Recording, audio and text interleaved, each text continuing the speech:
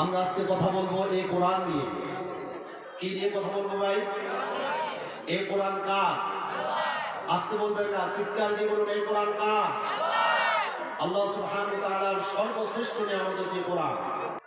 আল্লাহ রাব্বুল আলামিন পৃথিবীবাসীর জন্য এক মহান নিয়ামত হিসেবে গ্রন্থকে পাঠিয়েছেন।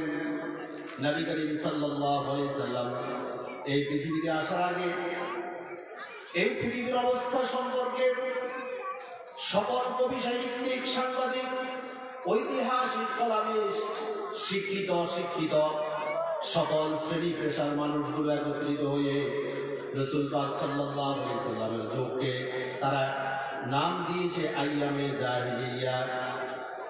আইয়ামে জাহিলিয়া অর্থ কি? আইয়ামে জাহিলিয়া অর্থ বর্বরতার যুগ, অন্ধকার যুগ, অন্ধকারাচ্ছন্ন যুগ। ওই সকল মানুষগুলো একত্রিত হয়ে রাসূলের যুগকে আইয়ামে জাহিলিয়া অর্থাৎ অন্ধকার যুগ কেন বলেছেন? তখন কি সূর্য আলো দিত না? চন্দ্র কি উদয় হতো না? অবশ্যই চন্দ্র এবং সূর্য তারা আপন গতিতে, আপন কক্ষপথ থেকে তারা আল্লাহ সুবহানাহু ওয়া তাআলার নির্দেশে তারা আলো বিতরণ করে চলছিল।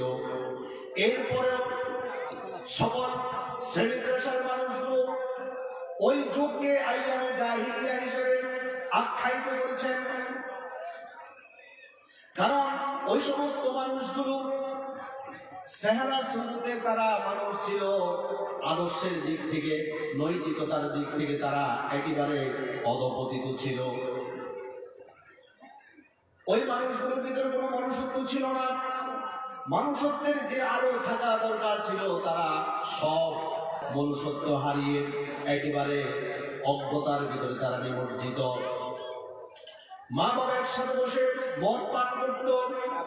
কোন মানুষ যখন মারা যেত তার ব্যবহৃত তরবারিটা বের করে তারা তরবারির কয়টা ভাঙ্গা আছে ভাঙ্গাগুলো তারা গণনা করত।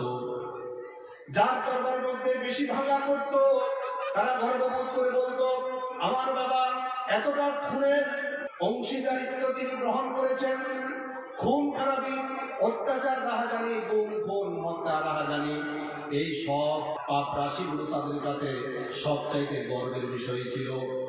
এই কঠিন পরিস্থিতির মধ্যে আল্লাহ সুবহানাহু ওয়া তাআলা বিশ্বনবী মুহাম্মদ রাসূলুল্লাহ সাল্লাল্লাহু আলাইহি ওয়াসাল্লামকে তিনি প্রেরণ করলেন।